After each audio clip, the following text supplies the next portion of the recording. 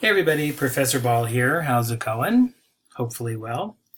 You have your first essay coming up, and I wanted to share a video with you to kind of go over the prompt and some aspects of it so you are as best prepared as possible to do your work.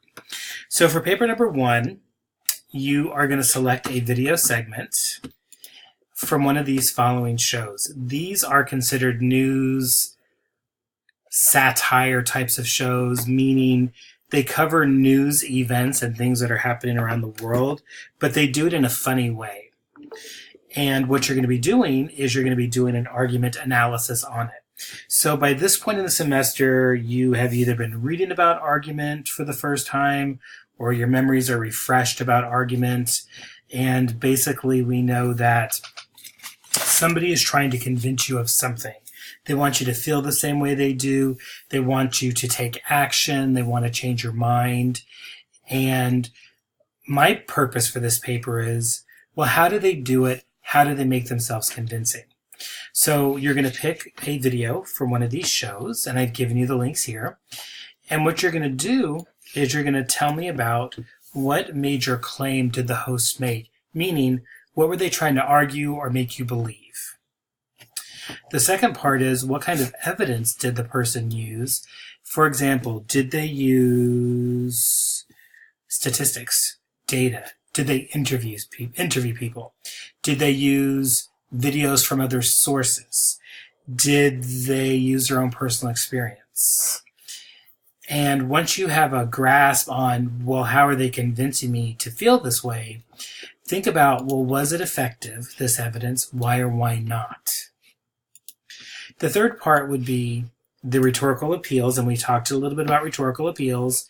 We know that ethos, logos, pathos, and kairos shows up everywhere in our daily lives. If the person used ethos, maybe they're relying on their credibility, trustworthiness, or believability. Or maybe they're bringing in other people who have credibility or trustworthiness, and that could be based on their education or their work experience. Logos would be logic or reason, meaning, oh yeah, I could see that happening. That makes sense. That would be data and statistics. Pathos would be emotion, happy, sad, funny. And then kairos, and some people have trouble with kairos.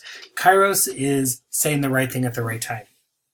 So for example, if there's a natural disaster in Nebraska, for example, government officials will go on TV and say, this is what's happening, and this is what we're doing to help everybody out.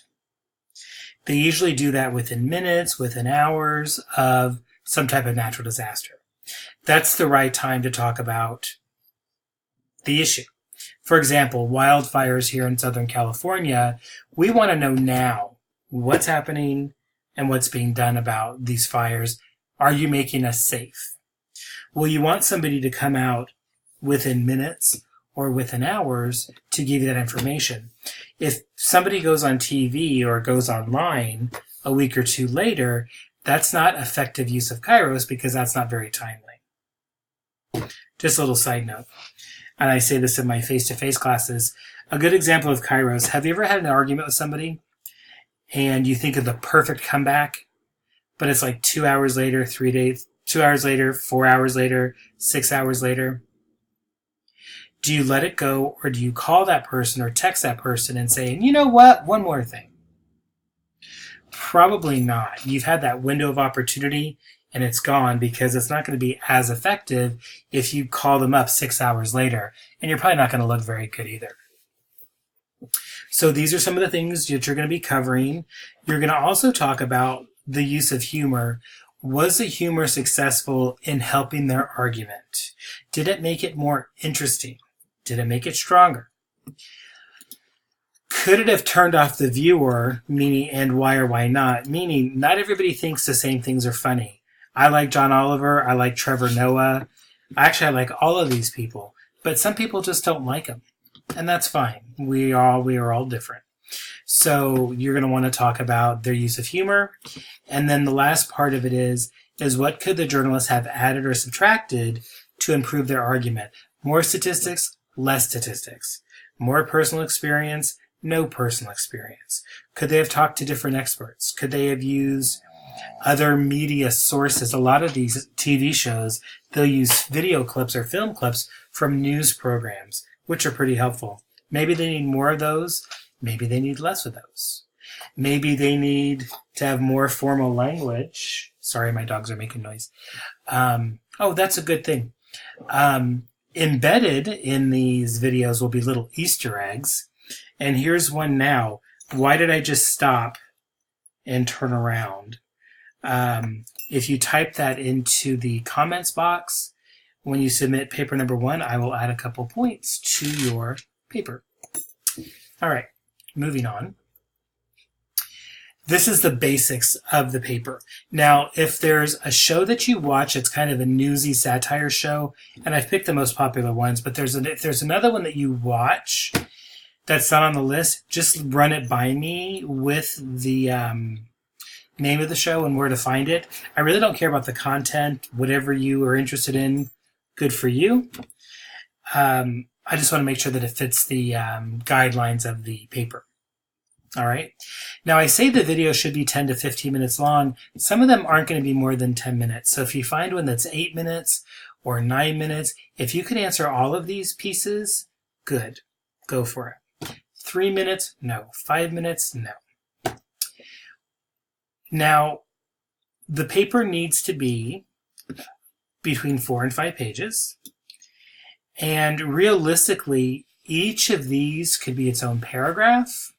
There's a little bit of research that could be its own paragraph. So if you look at these 6 things, plus your intro and your conclusion, that'd be about, is that right? Sorry, 8 paragraphs. So why is that important? Well, a lot of people are taught the 5-paragraph essay, which is fine, but when you get to other classes and you do 8 to 10 page papers, 15 to 20 page papers, your paragraphs are going to be this long, and that's a little cumbersome. So strive for more than 5, and you can use these as a guideline. And which brings me to the research component. You're going to do a little research on the subject that the person is talking about in the clip. And you're going to see what other people are saying about it. So by the time you've done paper number 1, you've seen videos from John Oliver, Samantha Bee, and Trevor Noah. Just a note, you can't use these. You have to find your own. It's an automatic 0 if you do your papers on these. But, for example, if somebody else talked about food waste, like Trevor Noah, you would see what other people are saying about the subject matter, and what you would do is you would look to see if the host is maybe not considering something, maybe they're leaving something out. That's called reading against the grain, where you look for weaknesses, contradictions, or problems with a person's argument. Now, in your research, and you need 2 sources. Do I have that there? I don't have it down there. I'd say 1 to 2. I'd say 2 sources, and I'm going to add that to the prompt. 2 sources. If the person has covered everything, covered both sides, and there's no weaknesses, no contradictions, no silences or leaving things out, then just tell me what other people are saying about the topic. And that's it. Other things I want to tell you about. While you can use first person I with paper number 3, it is forbidden in papers 1 and 2. So that's tricky for some people. If you start a sentence with, I think John Oliver's claim is, just cut off the I think, and it's just John Oliver's claim is, bing, bang, boom, and you're done. You will need quotations from the TV show and your sources. So there's a handout here on how to work with outside sources. And there's a video here on how to make sure you're just not summarizing or telling me about the video, and you are instead analyzing the argument that the person made. And you're going to get some practice in that. And that's called using the PI method. Some of you know it as axis, where you make a point. For me, you make a point, you illustrate it, and you explain it. I think with axis, you make an assertion, you offer an example, you explain something, and then you do something else. I'm pulling a blank at the moment. But what you'll see is all this work will lead up to paper number 1 being due. So those are the basics with paper number 1. You can get extra credit if you go to the Writing Center. If you're near campus and you can go, you'll get extra points that way. If you are not near campus, or you are but you can't go, there is the online writing lab, and I will be sending out an email. You may have gotten them about tutoring services this summer. You can go twice for 2.5 points added each time, and those points are added right to your paper grade. All right, I think that's about it. For the research, I do have here on the calendar the videos here. This is an introduction to the library, and this is an introduction to the databases and finding articles. And you do need a works cited page. And that's right here.